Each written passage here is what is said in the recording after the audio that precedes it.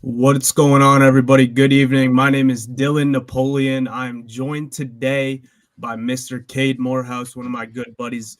Welcome to the party, Cade. Thank you for joining me. Val Dewar, he's new to joining me on one of these shows. I know I don't do them quite often, but still one of the newer guys to this. Is his first time. So Val, thank you so much for joining, man. I hope we can do it for in next ones to come.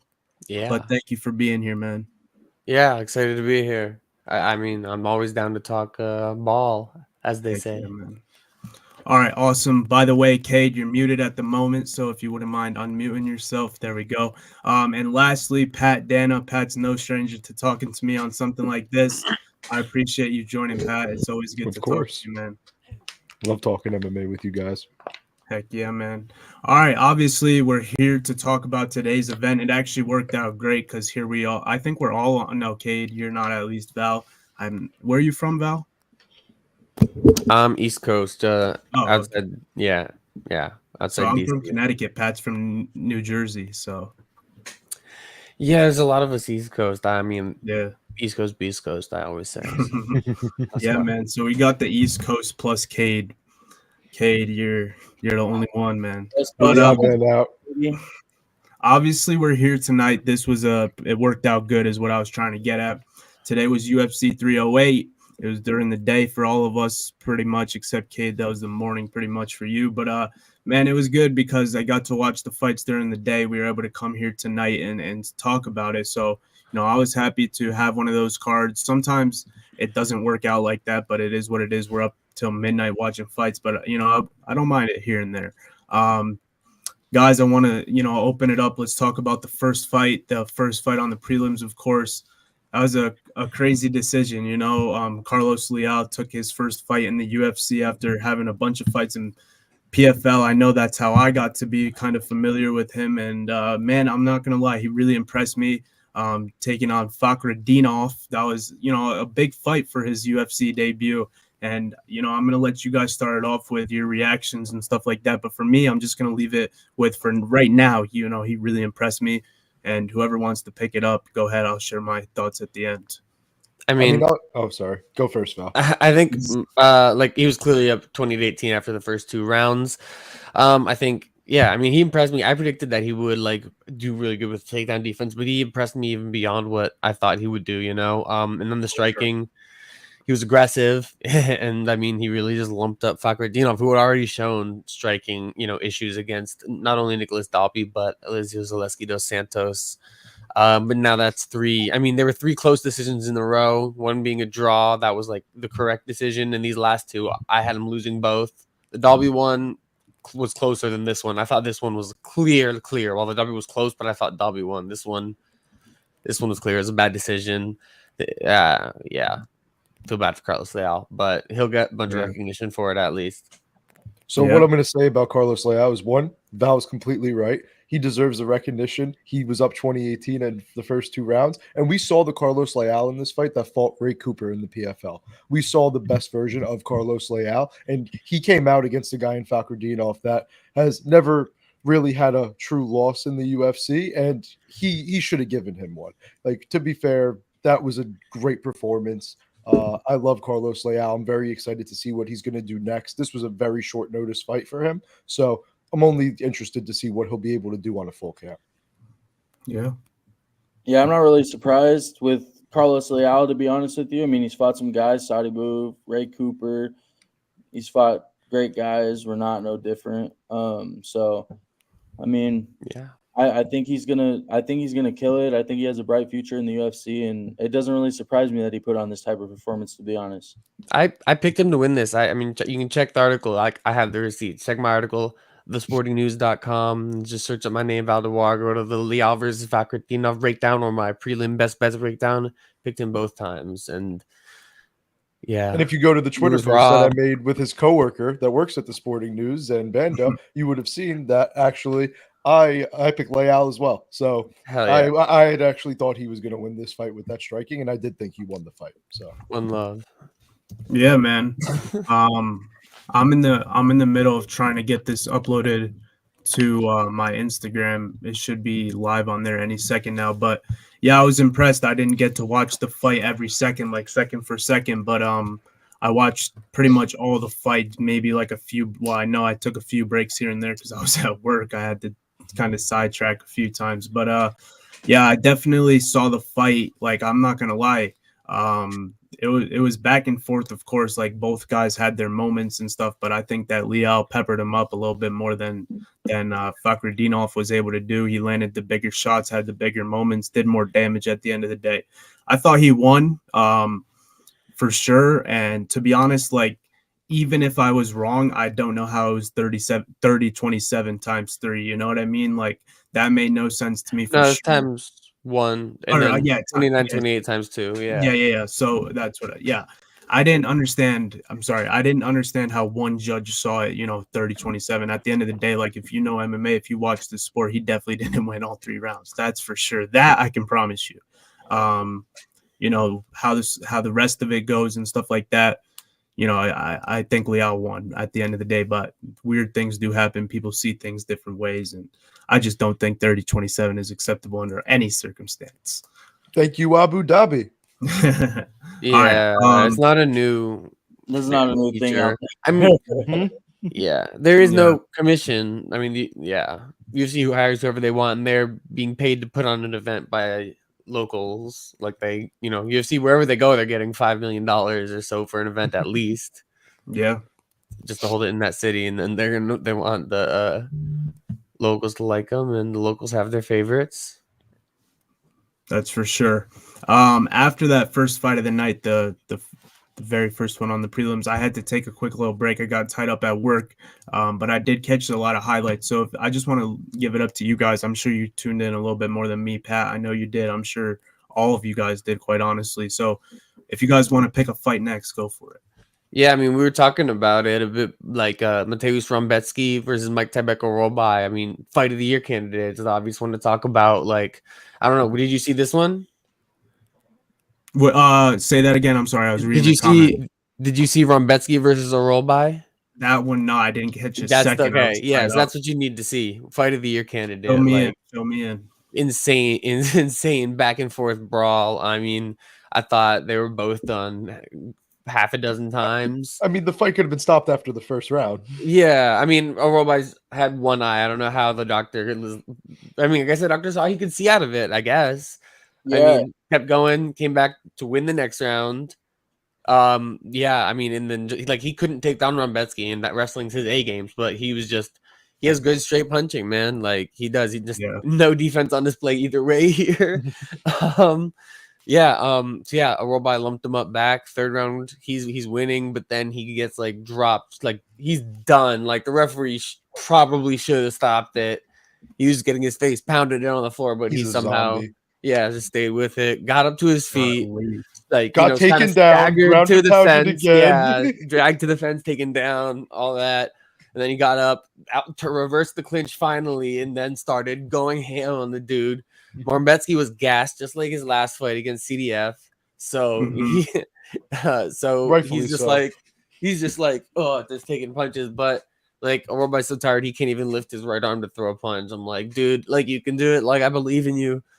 Jesus, man. Yeah, I got tied up. I work in a retail store, working with sporting goods, fishing equipment to be more specific. And yeah, I didn't catch it. I know I saw like a lot of highlights. People were talking about it pretty, crazily, but I didn't catch any of it, man. To be honest. And let me ask you a question real quick. Yeah. Did you see all the blood on the canvas? Yes. that was from both of them. That was from both of them.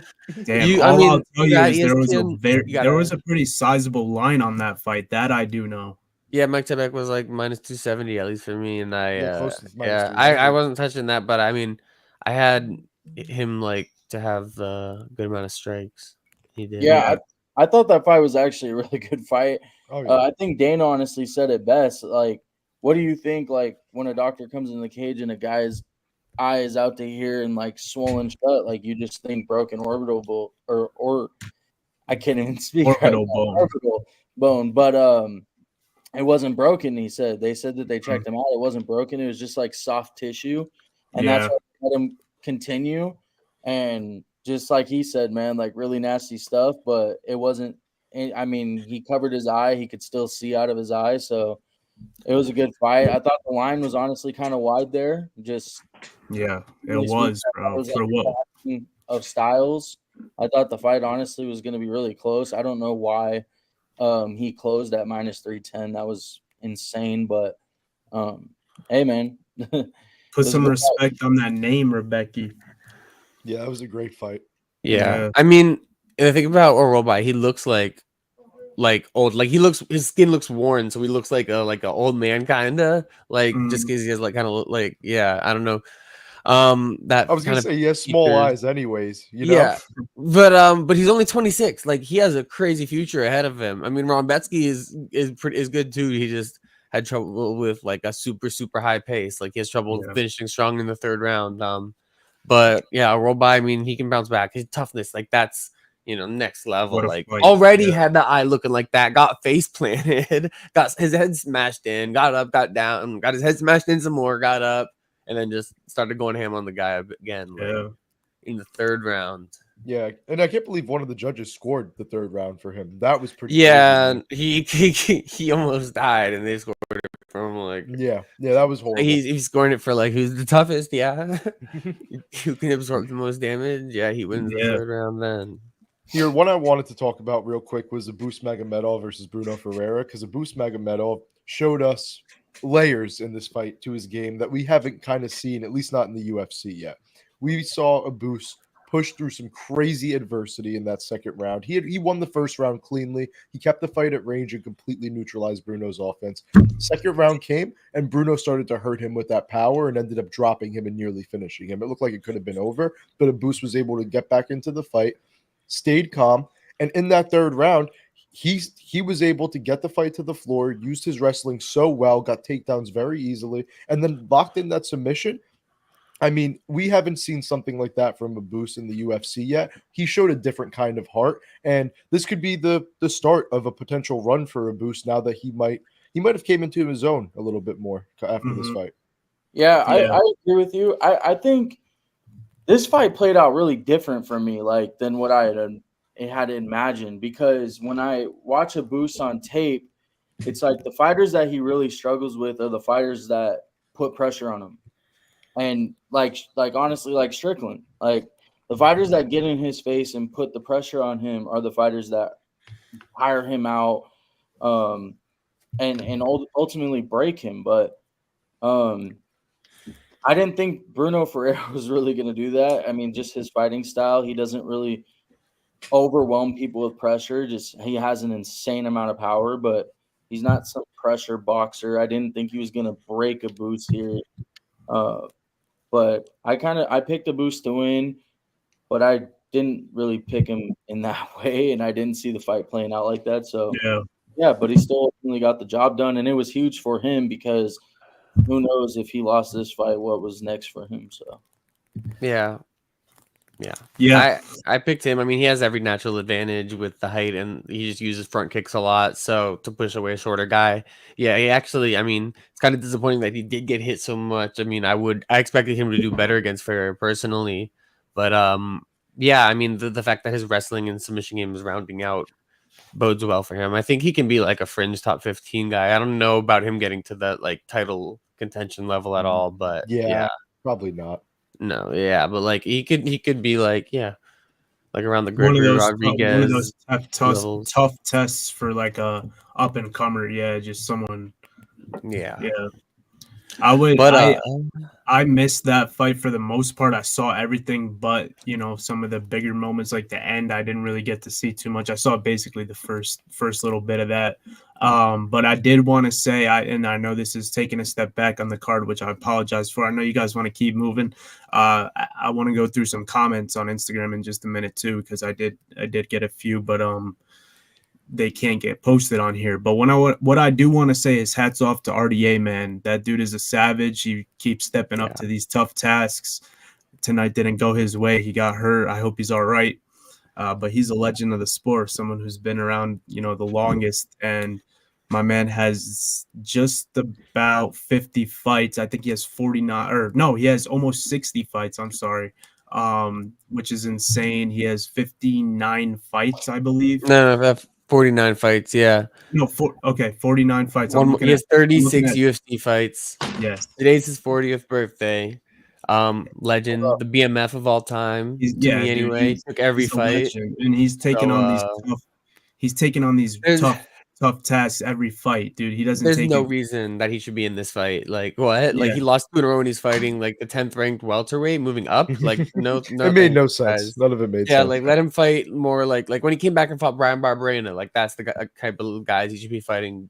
Gunnar Nelson, like some. Well, like, I think this was more. It sucks to say this, right? But I think it's more of like this was a fight for Jeff Neal. yeah, they wanted to build. Yeah. Because of his last performance. I mean, so I think that's why they got. Yeah, I mean his last 2, like he was in a really close fight in the last one, and the other one he went to had a fight of the year candidate with Shavkat. But I mean we've been going a while, and I want to get to the main card. So you mind if I speed ahead real quick? yeah, go for it. I just All wanted to right, say, I just wanted, shout out yeah, to RDA. absolutely. One of my, yeah, a goat.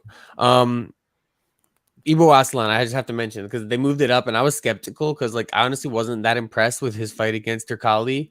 Like he knocked him out, but it was a rough road to get there. Yeah, it was an ugly fight. Yeah, but like I mean, he does have enormous power. He's just like a bit awkward, but like I mean, this one he just charged him down, knocked him out, took him. I mean, he knocked him out about 4 times in midair, and then he just came back and kept covering up. Good stoppage. I wanted to mention that because there also haven't been that many Turkish fighters in the UFC, so that's pretty big for them to get one that's a star. I know they're really going. That's a big country. They're going for their guy hard. Anyway, main card, Shara. Obviously, it'll be hard to beat Max for knockout of the year, but like this could come close. Fire, I mean, come on, what the hell was that? Like, have we ever seen anything like that specifically? Right? Not that close. I've seen. Go ahead, Val. There's a knockout. I think it's like Ricardo Hamosh, or it might be Hamosh, one of the spinning back fists where like there's one guy spins one way and spins back the other way. It's not Steven Peterson. The Steven Peterson when they both spinning back fists at each other at the same time. Yeah, but then there's one. It might be Hamosh actually that he spins one way and he misses, so then he spins back the other way. But there's a much bigger pause. It's not like Shara did it one way and then with that same motion went back the other. The tight try doing that. Anyone who has a bag, try doing that. It is not easy to control your body, do that motion that well. That's a hard thing to do, let alone against like a world-class athlete and knock them out. Let alone while maintaining that much power in those strikes too. Yeah. I mean, having the power on the second strike, that's the what. Yeah, while keeping your feet like balanced, crazy. It takes so much skill. It takes like a level of skill that's pretty hard to comprehend, honestly. Yeah, especially on the feet. I saw a video of him practicing that, which was crazy. Yeah, I mean, I'll be honest with you guys. Like nothing in that fight. Everybody all week was talking about, oh, these guys train together. Armin knows something about Shara's game, and he seems confident. And he's the better boxer, and he has the grappling upside, and all this. But when I really broke this fight down, I'm like, yeah, but I don't think you guys are taking into an account the movement that Shara does. Like he moves really well laterally. He throws kicks well. He's not gonna sit there and just box with him. He's gonna mix in his kicks, move, exit the pocket. I wasn't surprised by this. He like that. That's why I like bringing Cade on, man. That's why I like having you here, Cade. I thought it would be close. I mean, Armin is good at like closing guys off with his kicks, but he actually had trouble because Shara can just like bounce one way and back the other way. I mean, it was still a really close fight up until that point, though. Armin, I thought he would wrestle and clinch more, actually. I mean, he took down CLD. He should have probably tried to take down Shara. I've been skeptical of Shara a bit just because Bruno Silva took him down, and look at the losing streak he's on. He's like, looks really just like he doesn't want to fight that much. But like he's living up to the hype. Like I don't know how far it's gonna go, but he's definitely a fun fighter, definitely one that's going to be around for a while that we're all going to watch. If not as like a title contender, as just like a guy who's fun and around, like a Michelle Pereira type.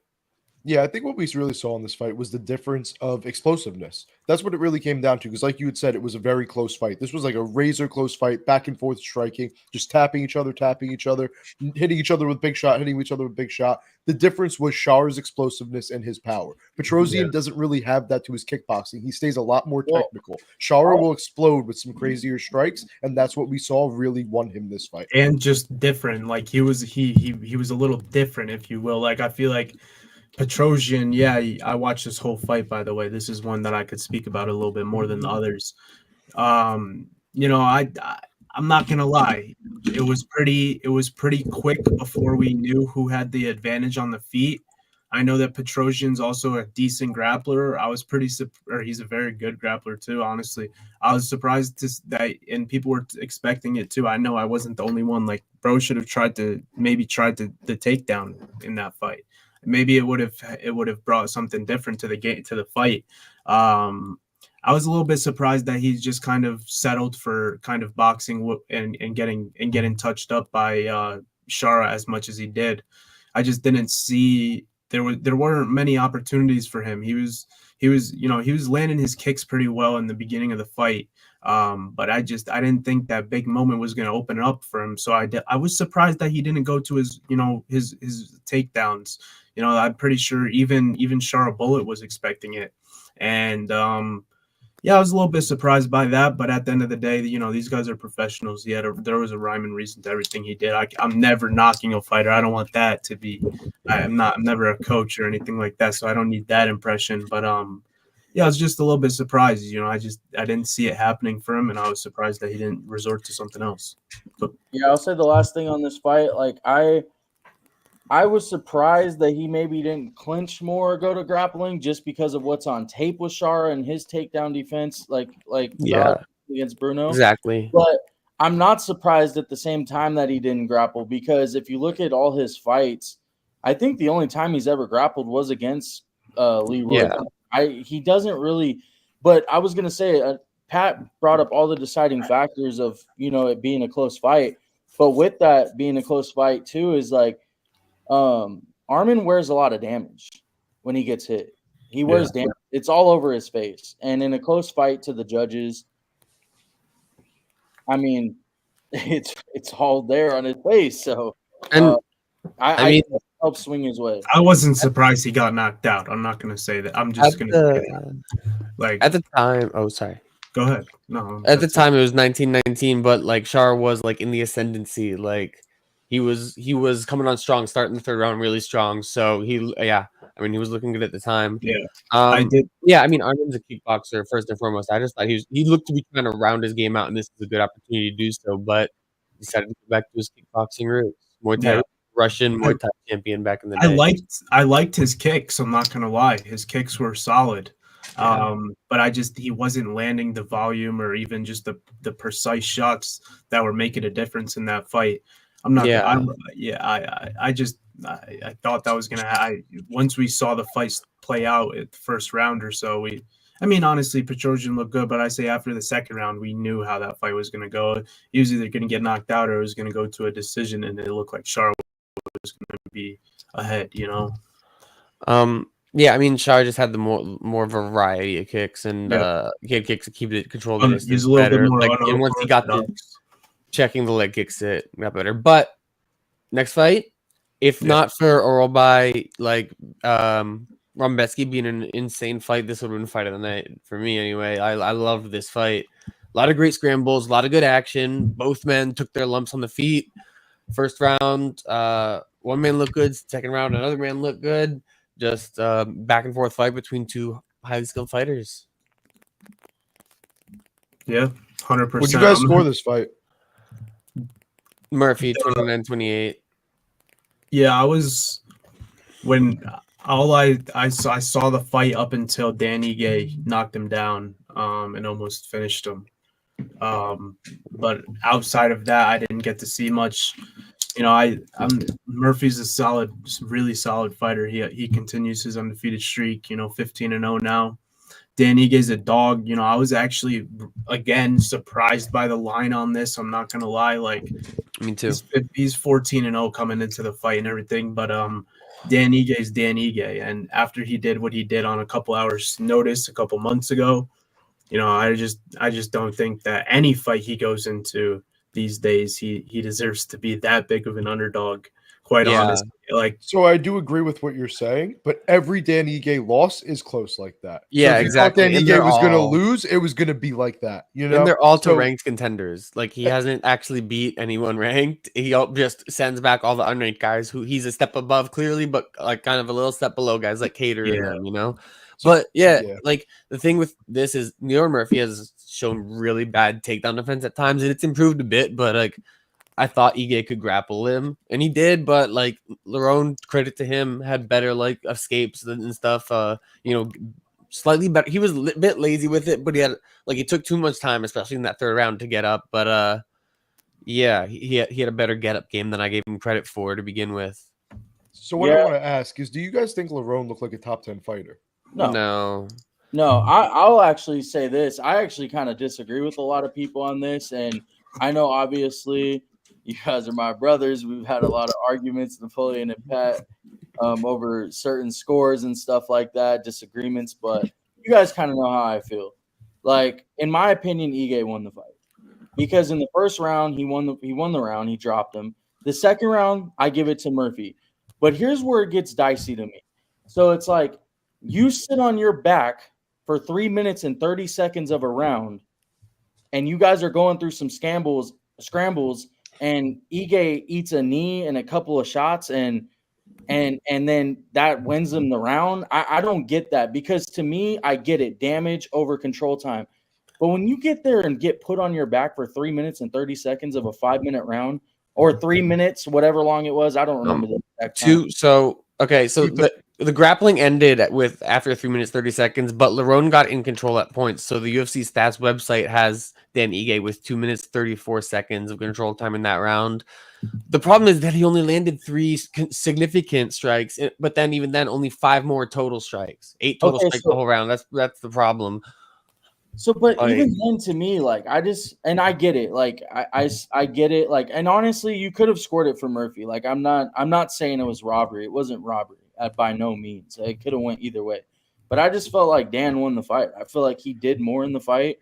It's obviously round by round basis. The third round is basically the round that decides that fight. In my opinion, it was definitely for sure. If Ige landed like 3 to 5 more good significant strikes, I probably would have scored. I mean, credit to him, credit to Lerone. When Dan Ige like tried to posture up and rain down heavy blows, Lerone was moving. He was aware the whole time. He was crafty on his back. Well, I mean, it's not like really annoying to be. He did. He did 3 for 17 significant strikes. He was missing all of his significant strikes. Ige has good ideas. He is slick in the pocket, especially, but he's not like a crazy athlete. Whereas Lerone looked like a crazy athlete just because he can sustain bouncing on the balls with his feet, explosive motions for 15 minutes, and he did for 25 minutes against Edson. Yeah, and that's a crazy athlete. I just think Ige's biggest problem, and obviously I'm not a coach, I'm not in there, man, and I love Dan Ige.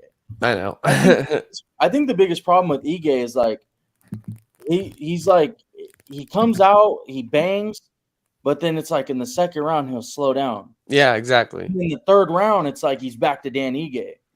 But then he's still slowed down. His fight, what he was doing in the first round versus Murphy in the second round, and then got into that third round type of scramble or whatever, we might be talking about a different decision right now, because he honestly it felt like he kind of took the second round off. It felt like he gave up in that second round. I was so confused at what I was watching. He was like, it was a decently competitive round, and then he just stopped fighting. I was like, what am I watching? Used to think it was a mental thing. Now I just think it's like he just gets tired. Like that's kind of what I'm feeling. Like what I feel like it is now. I really don't know what else to. That's his way of getting his cardio back say about it. Yeah. I'll say the last point I'll make about this fight before we move on, and then if Napoleon has anything to say, but I feel like we learned a lot. We know who Dan Ige is. We've seen enough of Dan Ige. I think we learned more about Lerone Murphy in this fight. Yeah, exactly. Anything else. And I mean, that was always, if you ask me if he's a top 10 guy right now in his division, I would tell you no. No, well, let's go through them. Okay, let's see where we would want to put them. Okay, obviously the top you got Ilya, Max, Volk, Evloev, Lopez, Ortega, None of Allen, that changing. Rodriguez, Emmett, Aljo. All right, then yeah, so that's the top 9. You know, including the champ. So 10 is Calvin Kattar. Would you put Leon Murphy ahead of Calvin Kattar, keeping in mind Cater's like past his prime? Yes. Yeah. Possibly. Okay. Yeah, I'm not What gonna lie. about His last fight was I don't know. It was rough. what about It was Bryce rough. Mitchell, who just got knocked out by Josh Emmett? Yeah, I'd have Lerone over him. He's on the massive Okay, weight then reaction. then you probably I mean over Ige and personally- then over Chikadze. Oh, No, what, I don't think over Giga though. I don't think over Giga, and honestly, this is just me. I don't think over Bryce because okay. I think if Bryce, I want to fought- see Bryce fight. It's been a minute. You know, I Well, think he okay. deserves his Yeah, chance for sure. before, I mean, yeah. he deserves his time to like take off after that bad. knockout. Yeah, that was bad. But yeah, so then you guys have him at 11 and 12. So, and I agree with that basically. Yeah. So, But realistically, how many of those top 9 guys does he beat right now? Can you say? None. Can you say confidently? I mean- do you favor him over any of them? I mean, bro, okay, I don't know. Brian Ortega maybe because I feel like Brian Ortega might be falling I apart. mean, I'm a massive Ortega stan, and that last fight was. He it was can't- he looks like he's falling apart. Yeah, it Yeah, does. that I can get behind. he fought. Listen, and not to go off the rails, but Brian fought a guy with a lot of power. Diego Lopez hits like a truck. That dude is Yeah. very good. No, but it's not just that. Like, Yeah. But you can't say that though because he just beat Yair Rodriguez. yeah, but Oh yeah. Dominated. But he also showed a lot of flaws. And in I'm that telling fight. you right yeah, now, he took a lot of Brian- damage. Brian would just wrestle Leroy Murphy. He would not sit there. Brian's He would not a wrestle. good wrestler though. That's the thing. I mean, he probably that's the thing is Leron. If like Brian Ortega is like not physically shot, I think he can win because So who- Leron's takedown defense isn't good either. Who But do you neither say- is Brian's offensive wrestling. Brian's I offense think it might be- is good depending on who it is though, because Yair Rodriguez couldn't stop it. Well, Jair Rodriguez is like the worst defensive wrestler in the division, But is other than Giga. like he still presents threats on the ground. I don't know, man. I don't think he. I mean, off his Wait, back, we're yeah. we're but gonna- not, like, this- going Wait, takedown we're defense. getting off topic. We're getting Listen, off listen. topic, but I'm just saying.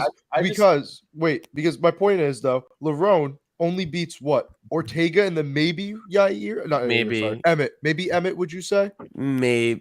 I think Maybe. Emmett's I'm tough, bro. I mean, yeah, it depends on. Emmett Leron's is chin tough. is insane. I mean, bro I got think shot in it's the face. insane how Emmett fights at that weight class, bro. Yeah, Yeah. but okay, Leron got shot in the face, so I think he might be one that can take a Josh Emmett overhand. and I survive. brought that up today too. Yeah, bro. I mean, Yeah. his chin is Listen, monstrous. Listen, he's got the opportunity to prove himself. For him, it's only gonna be up from here. I mean, Yeah. shit. Like we're gonna see, and I think you know this is a good little test for him. Like I think you're right. He's probably gonna break into the lower part of that top 15 ranking. Yeah, He's probably gonna take a fight up, maybe a few guys. I don't know. This sounds like honestly from what we were just talking about. There's a few good matchups to be made. Calvin and we're Kattar gonna sounds like see. one. Bryce Mitchell. That's what I was gonna say. Good Calvin I'd Kattar. say. Yeah, 100%. I have a proposal for you guys. Let's Yeah. skip the next fight, and we're 30 minutes in. Just get to talking about the co-main event and then I'm main down. event. Yes, Not sir. going to skip the next fight because I want to say one thing. Okay, say one thing. Ankalaev title shot. Yeah, End it. I mean, End it, even move Dana on. White even said. I mean, it's You just think there's no so? one else at this point. Like, there's no one else left. It's like, necessary. It's All right, necessary. how about a one-liner from everybody? How that fight would go? I got mine. Pereira knockout. I think Ankalaev is gonna try to strike with him, like, and get knocked out. That's my read. If Ankalaev wrestles, we'll see. I think Pereira can still win because, yeah, Ankalaev doesn't set up his wrestling that well, but in Pereira, yeah, we'll just see. I'm going to trust. That's go ahead, it. dude. I'm gonna say that's what I think too. So I'm going to go ahead and just agree, but also just say quick. Ankalaev said he'd stand with Pereira. He stood with Thiago exactly. Santos. He stood with Thiago Santos and got dropped by a winging hook. I can only imagine when Pereira throws one of the most technical ones he'll ever see in a fight. Yeah. I'm ready for I it, don't man. know. He's weird fight IQ, dude. Like, And whatever. I don't trust Alright. him to wrestle. I don't. that's it. Yeah, exactly. All right, and maybe when he's in trouble, but by then it might be too late when it's Pereira. Fist of Stone. All right. Who's got a squeeze of stone? Hamzat Chimaev. Crazy. What? Like, what was Rob's face might have already That been was injured? Like, disgusting, brother. I know a neck crank can feel like hell, but that quickly, it didn't even seem like. I don't know. A second and a half, maybe. Yeah, I mean, obviously, Hamzat's a great grappler. I just wish we could go longer and see his actual weaknesses tested. Yeah, I was kind of upset by it. Like, honestly, good performance, good victory at the end of the day by Hamzat. He got the job done, but god damn, that was bad. And I just saw Hamzat kind of in the matter of maybe 3 or 4 seconds put his arm across the face there, the neck, or the face of the chin, and I just saw him crank, and it was the matter of milliseconds before Bobby Knuckles tapped, and I was like, "Holy shit, what just happened?" Yeah, you know, and then I seen it. Yeah, I thought it was a rear naked choke. I ain't gonna lie. I thought it like, was too at first. Yeah, I was like, I thought he face just, stretch. you know what I thought happened? I thought he Was caught the the front, Adam's apple on the neck of the rear naked choke, and he pushed his Adam's apple inward. I Uh, thought that's it what was happened. like- it was like here. It was like just just a Yeah, face scratch. nope, Really literally weird. just on the face, and he just broke his jaw. I don't even know if that's God, what that's- caused it, man. Yeah, That's no, I think it had to be something I think he pre-existing. got hit with a shot or something, and some of the Yeah, changes. and then he had his broken jaw squeezed on. that choke was like 2 seconds. That- Yeah, exactly. right? It- Like- he had to have a broken jaw. I or want to hear something. from I Whitaker feel about that. terrible I want to for hear him, what though. he has to say. Yeah, we so will. I'm sure. I don't think you could. I mean, unless Hamzat's made us something we don't know. I man. mean, he I does. don't- He does I have mean, ridiculous grip He strength. does. We do he know does. that. We know he's but- ridiculously 2 strong, seconds? explosive. Yeah, great I wrestler. agree. I agree. But no, I it is know. ridiculously quick. It's not possible. Like, I yeah, feel- for it to be- that's one injury that you hate to see, man. Yeah, shit. but it's the same thing. Chimaev, obviously incredible wrestler, grappler, like among the best we've ever Dominated. seen. Really, just can't he sustain it? Like if an opponent won't go away, I thought maybe Whitaker in his prime. I mean, Whitaker against who was like fighting Yoel back then. Like maybe it's a different story, but I think the best thing now is to see him tested against Drikas, who is kind of a physical beast who can huff and puff for 5 rounds straight. He breathes hard like the whole time, like with his mouth, but he keeps going. He's chugging along. He's a fucking freight train, dog.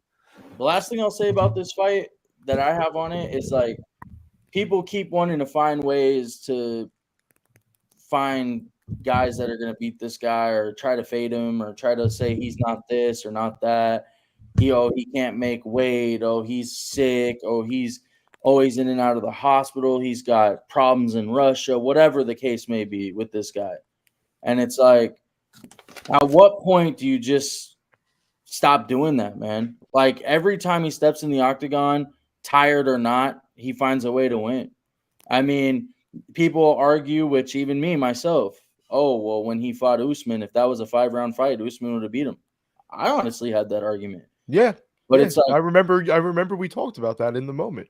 but it's like, dude, every time he steps in there, man, he just wins. He wins. steps up to every occasion, bro. And it's honestly Yeah. time for him to get a title shot, to be Oh, honest. Yeah, no, Oh, yeah. I don't want to see. I have no desire to see Sean Strickland get a title shot right now. So you just answered that next question. Dylan and Cade, I would ask, do you think that's for performance from Chimaev bumps him over Sean No. Strickland for a title? No, I don't think so, because the thing is that fight with Drikas was honestly a close fight.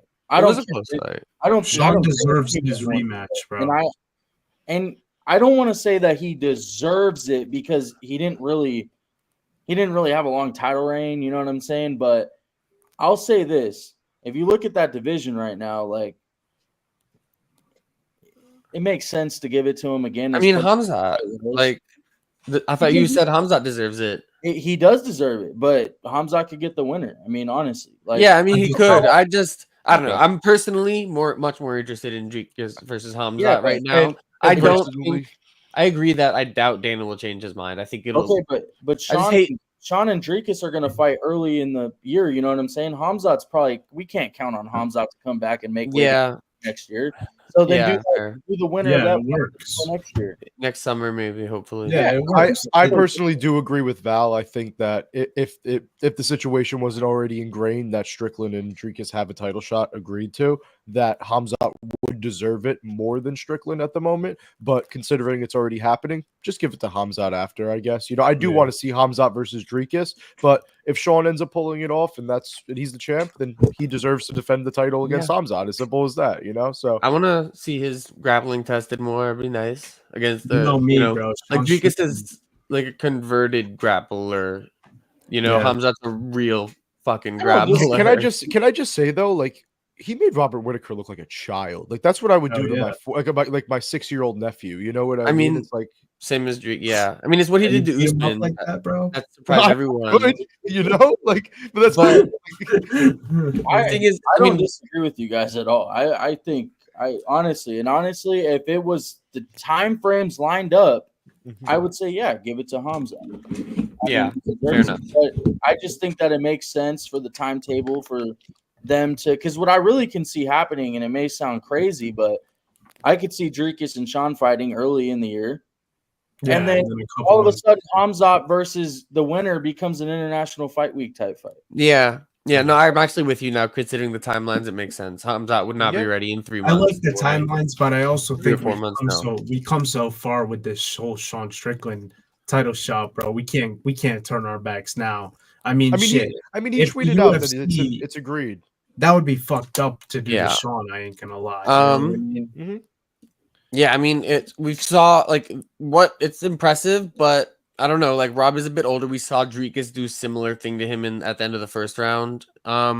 So and I saw like Hamzat do it to Usman, so I already know he can do that. Usman's knees were kind of destroyed. Rob maybe a bit past his prime. Still a very, very good takedown defender though. So it's impressive, but it's not like it's nothing new to me. You know, it's what I don't. Yeah, nothing new was learned. I don't think. Well, to about me, it just kind of proved that, like, even though like Usman is Usman, it proved he could do it to the top 185ers too. You know? Yeah, 'Cause I mean, Usman was a Usman's- 170, but he's like, I mean, a big one, but yeah. I'm interested in the Buckley. I mean, Usman Dricus fight. is a really big 185. That's that the could thing. be so, Rob like, is that's I want Rob that is fight a so bad. old 170, but he's a good sized middleweight. But Dricus is a massive sized middleweight. Yeah, I like the Kamaru Usman ideas, but I really am wanting to see the Joaquin Buckley versus Kamaru Usman fight. Yeah, I mean, I think Usman takes him down, but Yeah, pretty much. I just think it makes main sense event as a time. matchup. Yeah, main event time. Yes, sir. I'll start us with this one. Let me 'cause I just got round of applause, please. I got an Beautiful fight, opinion on beautiful this one, performance. Clap it up for both guys. I'm You know? just gonna start crying. what a fight, man. Yeah, I mean, yeah, I wish we could have seen 5 rounds of it. That would have been nice. Yeah, that would have been sick. That's what I thought we were gonna get. Honestly, I thought we was going to go to a decision. But I listen. I watched tape on both guys leading up to the fight. After watching Ilya's tape, it's almost like I had forgotten how good he actually was, and I had started to worry for Holloway.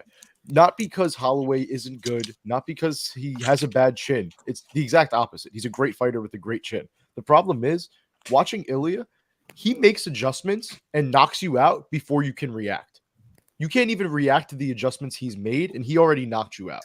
And that's what happened in this fight. And that's what I was scared of with Holloway. No matter how good your chin is, if you're not able to react to if you don't know what's coming at you and it's that powerful, it's gonna have the chance to knock you out. And we saw that, sadly. It's just like, Ilya's just so good. Like he really is so good. In my opinion, bro, like to me, man, like I don't really think he adjusted that much to this fight. Like I think Ilya stayed the approach, and listen to what I'm saying by this, because I think in round 1, Max was having success with his boxing, and he was realizing he was having success. And I think in round 2, as he started to settle into the fight more and more, and realizing he was still having a little bit of success, he started staying in the pocket too long. Where in the first round, he would stay in the pocket, he would circle, stay in the pocket, move out of the pocket, stay in the pocket, move out of the pocket. Then you notice as the fight got deeper, he started staying in the pocket a little bit longer. And I think he just got confident, man, and he just got caught. But, you know, everybody this week, and I don't care, man, I'm about to go in because everybody this week and this last month was talking about Ilya is the best boxer in the UFC. Ilya is this, Ilya is that. And everybody wanted to discredit Max Holloway. But I'll tell you what I learned from this fight. Ilya is not the best boxer in the UFC. He got outboxed. I don't care what you guys say. I disagree. I personally disagree. I don't really because I thought Ilya was up 2-0. Outside of the power, what did Ilya do better than Max? I thought it was the power. The power is part of the boxing. Yeah, I mean, getting a knockout is the ultimate way to outbox. This isn't a point fight. You have to. The power matters in the fight. But when we're talking about just boxing, Max was landing more than Ilya. Ilya missed a lot of those power shots. Now, if you want to talk about boxing in range, Ilya is probably more, you know, he lands more damaging shots. He has more power. But if we're talking about at range, where Max was keeping the fight in the first round, Max was piecing him up. I mean, Max was keeping it at that range. The problem is, I think your argument, yes, and with the kicks, I think you're completely ignoring Max's kicking game. He used it in the Gaethje fight, and that's how he beat Gaethje. He beat Gaethje with his kicks, and then he brought that into this fight as well. He's doing great. It was beautiful. Those front kicks were amazing. I think I completely disagree because you said he won the first round with his boxing. I thought he won it with his kickboxing. I thought it was his kicks that won him that round. He mixed it up pretty well, but he still landed. I don't think you can definitively say Ilya is or isn't the best boxer in the UFC. Really, I don't know. He's up there. He's really good, but there's other good ones. So, and I respect your opinion, Cade. I just see it differently. I'm not disrespecting Ilya. Ilya holds a substantial amount of power for his weight class. He probably hits harder than honestly any 55er. And he hits hard, man.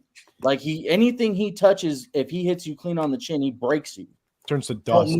So, like, I'm not discrediting him. I'm just saying there's not many people who'll be able to hang with him on the feet. That's for sure. But I'm just saying if Max would have kept circling and fought like he was in the first round, using his kick, staying at range, you know, and then getting in the pocket for a few seconds and circling and didn't stay in the pocket too long. I mean, we're talking about a fight that might have gone 5 rounds. And then, it was a close fight, bro. Like, I had Max winning the first. I thought Ilya might have edged the second out. It was 1-1. I thought maybe going into the third, some people had it. So.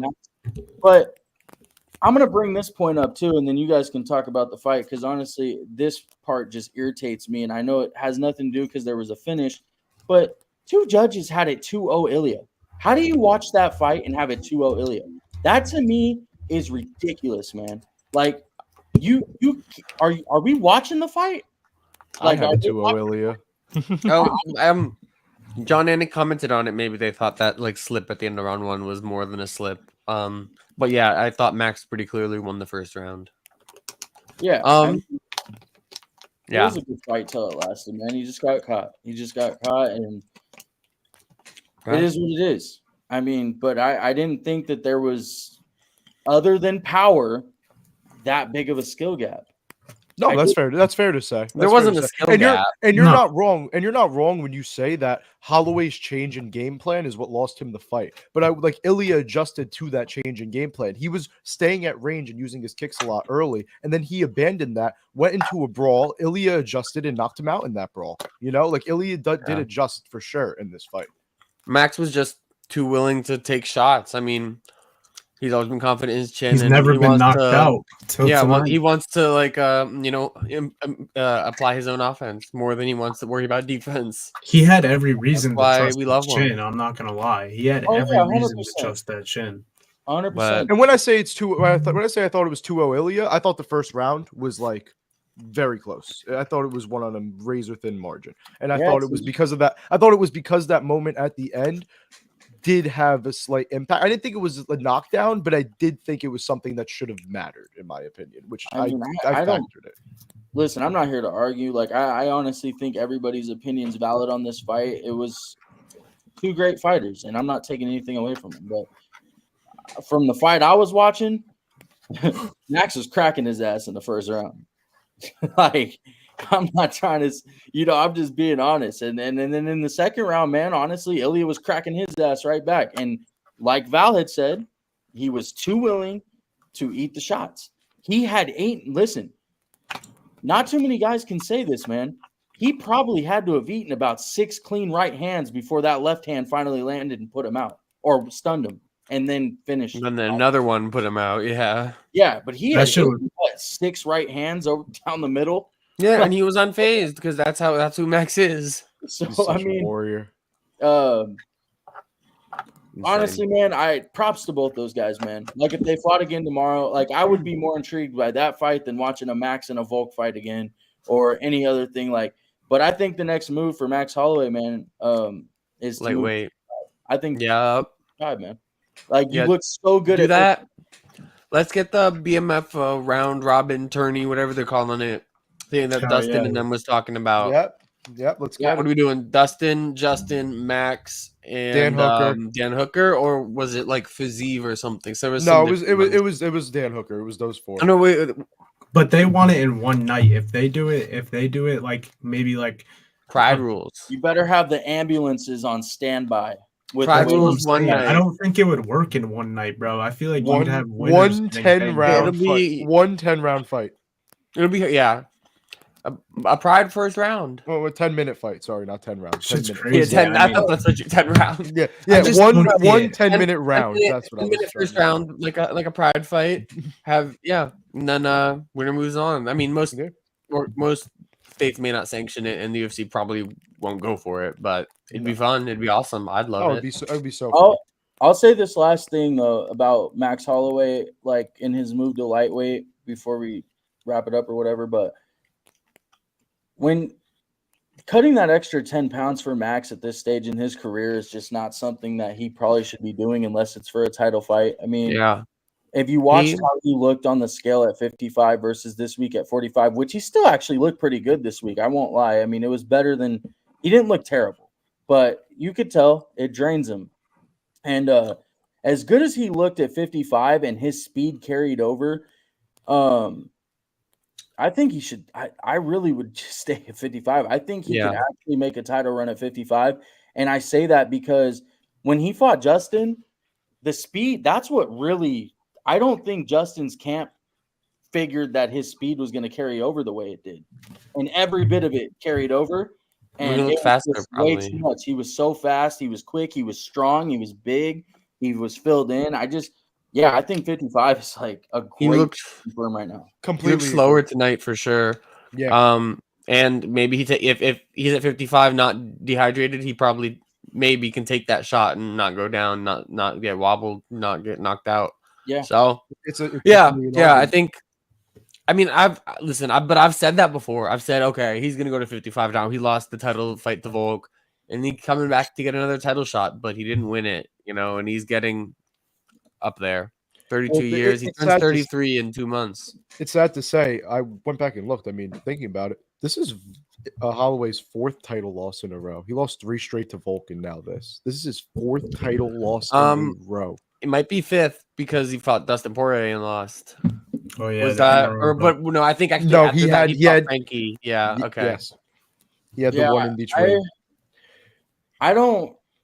I'll be honest with you, man. Those fights play back however you want to look at them, man. Like, I thought honestly he beat Volk in one of those fights. It's just me, but I know it's been a rough title run for Max, but I really think it has like to do with the fact that, not to go down this train, but just to say this real quick, like I really think it has something to do with the way he fights versus the way these kids coming up are fighting.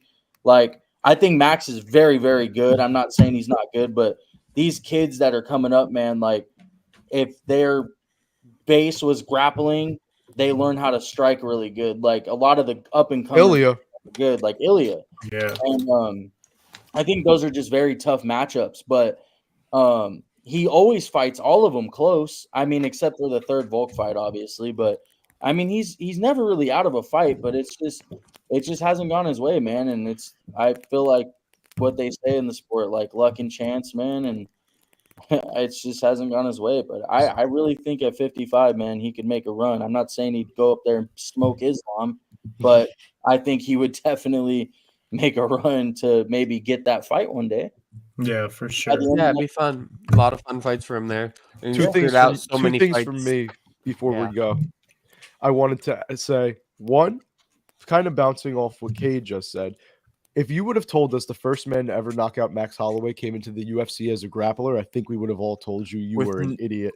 With no knockouts before the UFC. With no knockouts before the UFC. How crazy is that? And two, we are now in a world where Ilia Topuria has viciously, brutally knocked out Volk and Holloway, two of the three best featherweights ever in back-to-back Yeah. fights. Fighters ever. When do we start having a fighters. discussion about Ilia now? Because it's not. I know it's one title defense, but at the same time, it's the guys he's beating and the way he's beating them. When do we start having a discussion about him?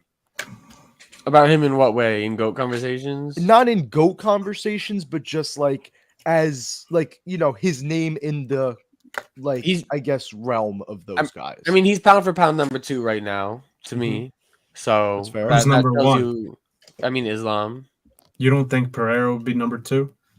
No, I think Ilya, if they're the same size, same weight class, Ilya beats Pereira. That's a fair statement. Well, He's what a are you better what are fighter. you asking, pound for pound or GOAT? What are you saying, pound for pound? Pound for pound, just, no, GOAT. I think Pereira like gets featherweight. Yeah, I mean, GOAT. I mean, he starts out at the bottom, but like, Of I mean, you course. could even put him above Connor after that. Well, versus for Ilya, right? You're talking about? Yeah, So- for Ilya. So for me, man, I can't do that yet because Yeah, Holloway, of course not. Holloway went on a crazy run. Yeah. Connor still had a good run at 45, but you might be able to make an argument there. And then you had, Volk, man. Volk and Aldo. yeah. for I sure. mean, And you then can't put him up forget with about them. Jose Aldo and how good he was back in the day. You can't put he Ilya. killed people. You can't put Ilya above them yet. It's Yeah, too no. early. We'll give and it's not. I mean, he's only 27. Once he's 30, maybe it'll be more serious to start talking about good talks. I mean, we can know though, just from what he's done, that he will be somewhere in that realm when all is said and done. Okay. When all is said and done, absolutely, there's no question. It's like seeing Patrick Mahomes. He's won 2 Super Bowls. He's not the GOAT yet, but we know he'll be up there. Yeah, and he basically already is. Yeah, I mean, now it's been Yeah, I think that's how Ilya has a long way to go, but Yeah. he's already come a long way. 2 of the best fight wins back-to-back in MMA history. I mean, It's a fact. What were you gonna say? Napoleon? Nothing more to Nah, say. just nothing more to be honest. But I do think that Pereira proved more in the UFC than Ilya, and I think that he would be the pound for pound number 2. But That's fair. that's a good argument. I'll say this before I'm gonna wrap it up, like for myself, but I'll say this to you guys, like after Ilya fights Diego Evelev, Aljo. maybe There's not. Aljo, Yeah, but I wanted there's to talk nothing there about for him that. at 45, bro. Like he's gonna I wipe wanted- that division, I think. I wanted to I talk think about so that. too. Do you think that he'll go up to 55 after? It'll be talked Volk, about it, it'll but- be Diego, it'll be whoever the next top prospect is, and then I'd love to see him and Islam one day. He has a lot of contenders like coming. He has enough to last him until some new contenders can be generated. Because Volk will want a rematch. Max might want a rematch, though I agree that he should go to 55. Diego, Loyev, Lopez. You never know. Arnold Allen has not gotten a title shot ever that he, is good enough to get one at one point. And then Aljo, of course. Larone's coming up. You never know. Yeah. Val, Max actually announced that today. Wait, what? Max actually kind of announced that today. They asked him, "What's for your future?" And he goes, "I don't really think there's anything left for me at 45, man." And so he's like, "I think 55's there's a lot necessary. of that's super necessary. Interesting. I'm gonna have to go I'd right love on it, that. man. I'd love to. Yeah, See it was him in go the up. post-fight media. He actually showed up for it, and he was actually in good spirits, man. Like he didn't seem like he took the loss too rough. He's looking forward to I mean, 55. So he's a legend. He's a great guy. Like he's had his ups and downs, and he takes it like a fucking champ every single time, no matter what. So Hey, listen, it's not like he was the champ. He was still Max Holloway, right? You know what I mean? Like this didn't really change that much. He's still the best, and the best is blessed. Yeah. Well said. I'm out. And we'll end on that. All right, guys, let's leave it on that. We have a timer kind of for Instagram. For those who are streaming to Instagram like me, there's a 1 hour limit on that thing. But man, what a pleasure. I actually really like this group right here. I knew bringing Cade in here, we'd have some of his original takes, and usually he has at least one or two that go against the general consensus or the general census, if you will. Sorry. And It makes for Cade, good conversation. Cade, that's why I mean, honestly, that wasn't my reason behind bringing you in here, but I'm glad I did because you brought some cool takes to the table. Val, for you, man, it was very cool talking to you for the first time. Very well-spoken Bro. guy. Wish you the best at the scrap, and if I hope you can come on with us again. And Pat Dana, I know you're always down to get on one of these things, bro. So thank you for chatting with us, man. Thanks for having me.